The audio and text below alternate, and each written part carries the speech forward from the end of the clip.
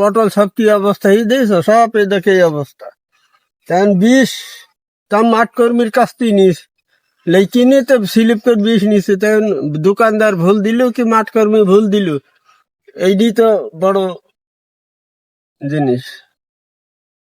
সব এরকম তাম বুঝিনি, কালকে এক কোকট নিয়ে এলাম, সব এই অবস্থায়।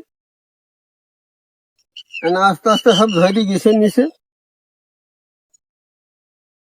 তো বিষ কবে দিতে বলছিল, মানে কবে দিছিল আপনার কাছে? পরপর দুদিন, একদিন পর পর দিত বলছিল।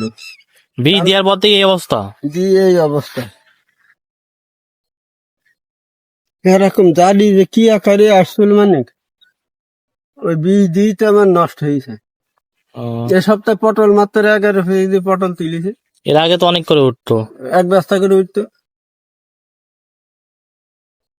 ওই আমার এক মামাইতি ভাইয়ের 4 কাটা ভিত্তি 50 কেজি করে ওঠে, 4 আর কাঠা। আমার এই ভিড়ে 5 কাটা। এমনি ওই অবস্থা হলে পটল ধরবে কি বুঝো।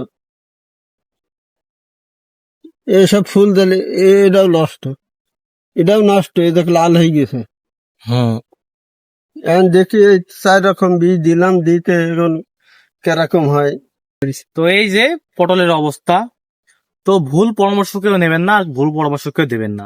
আপনার পরামর্শের জন্য একটা কৃষকের জীবন নষ্ট হয়ে যেতে পারে। তো আমরা সবসময় চাইবো সঠিক পরামর্শ দিতে, আমরা জানা ওষুধ দিতে। তো আমরা আর নিজেদেরও একটু সচেতন থাকতে হবে, যে ওষুধটা নেওয়ার আগে জানতে হবে যে এটা কাজ কেমন করবে বা কেমন করবে না, আর সবার ঠিক পরামর্শ নিতে হবে।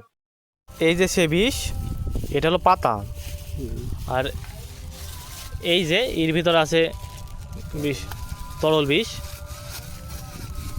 এইটা আমার নিজে হাতে নেওয়া, এটাই তো কাজ হয় ভালো। এটা চাচা নিয়েছিল, চাচার নিজের হাতে নেওয়া, এটাই ভালো কাজ করে। বাট এগুলো সে মাঠ কর্মীর কথা মতো নেওয়া।